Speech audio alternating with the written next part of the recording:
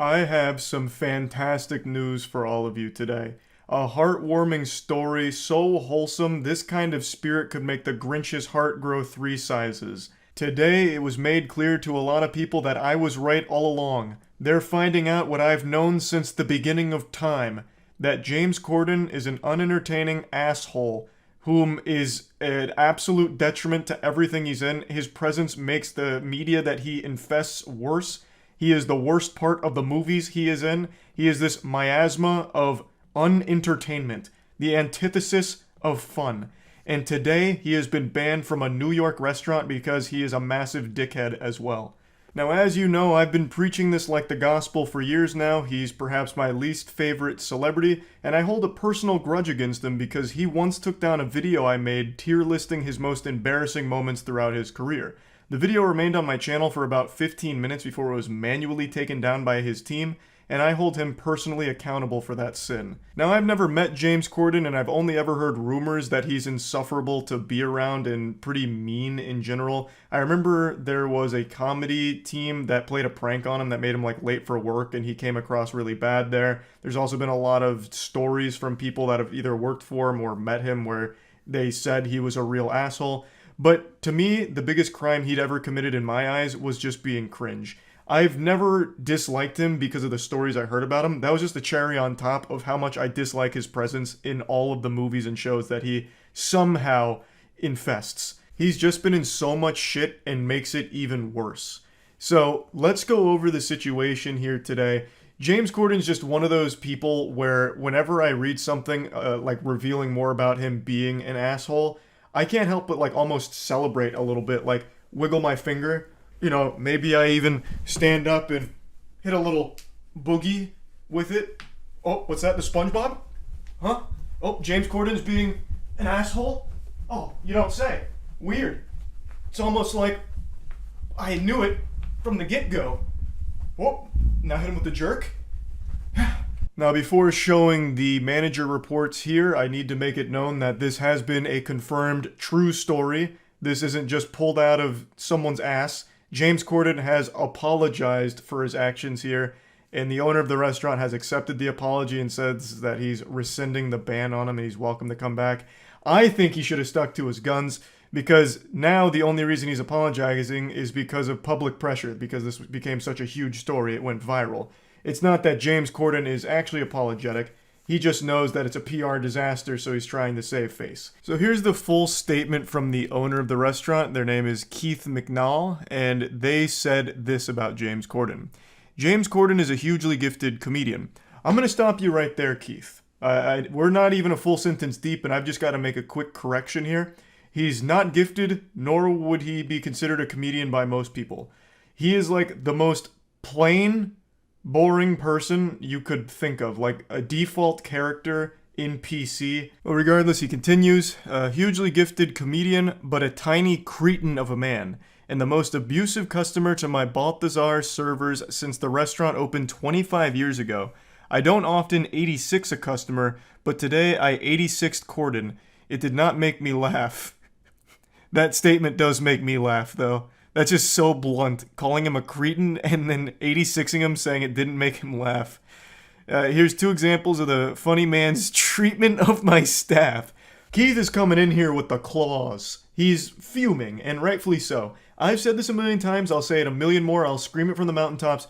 Anyone who is rude to anyone in the customer service industry, waitresses, waiters, cashiers, whatever, anyone who is a dick to them, a fucking douchebag to them, is a completely worthless piece of shit. Plain and simple. It takes a special kind of evil to mistreat someone in the service industry like that. I also haven't heard the term 86th since SpongeBob with 86 those patties, crabs. So that was kind of a cool throwback there. So let's look at manager report number 1. In June, James Corden was here on table 61. Although this is diabolical, it happens very occasionally in all restaurants. After eating his main course, Corden showed the hair to Balthazar's manager, G, who was very apologetic. Corden was extremely nasty to G and said, "Get us another round of drinks this second and also take care of all our drinks so far. This way, I write any nasty reviews in Yelp or anything like that." So this sounds like a pretty big blow up over something pretty minor. Yeah, it's yucky finding a hair in your food. It happens. Most people just suck it up and move on. But I also don't think there's any shame in being like, hey, I found this hair in here. Just I was hoping I could maybe place another order or get this replaced. I don't think there's anything necessarily wrong with that. Just being respectful about it because, accidents happen. It's something that just unfortunately happens from time to time. I'm a legitimate hypochondriac, and even I, when I find a hair in my food, pick it out and still finish it. But I do understand why someone wouldn't. I don't think there's anything necessarily wrong to be like, hey, can I, maybe just place another order? I think that's fine. There's no reason to call the manager over, yell at them, and then demand another round of drinks and threaten to leave a nasty review, right? Like, I think that's blowing it way out of proportion. Now let's move on to the second manager report. James Corden was at Balthazar with his wife on October 9th for brunch. He asked for a table outside. Brunch maitre d' Allie Walters took the party to table 301. Mr. Corden's wife ordered an egg yolk omelet with Gruyere cheese and salad. A few minutes after they received the food, James called the server MK and told her there was a little bit of egg white mixed with the egg yolk. MK informed the floor manager G. The kitchen remade the dish, but unfortunately sent it with home fries instead of salad. That's when James Corden began yelling like crazy to the server, "You can't do your job. You can't do your job. Maybe I should go into the kitchen and cook the omelet myself." MK was very apologetic and brought G over to the table. He returned the dish, and after that, everything was fine. He gave them promo champagne glasses to smooth things out. G said that Corden was pleasant to him but nasty to the server. MK was very shaken, but professional that she is, continued to finish her shift. So this one I think is a little bit more indicative of the real personality of James Corden.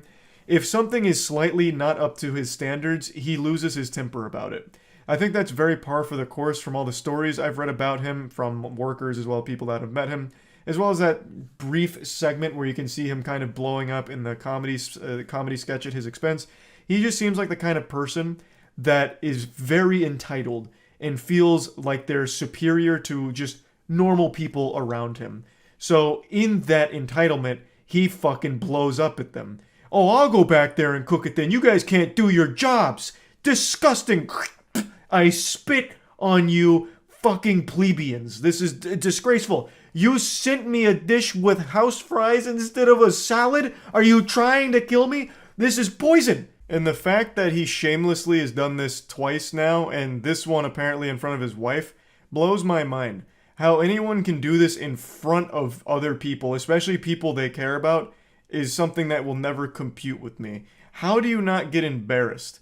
No, this isn't like a tough guy thing. This doesn't make you look alpha. This doesn't make you look like a strong man. This makes you look like a little bitch. You look like an absolute douchebag, weak little man. As Keith calls him, a tiny cretin of a man. Why are you getting so upset at the server who did nothing to slight you? They didn't insult you. Everything that happened wasn't on purpose. It wasn't an attack against you.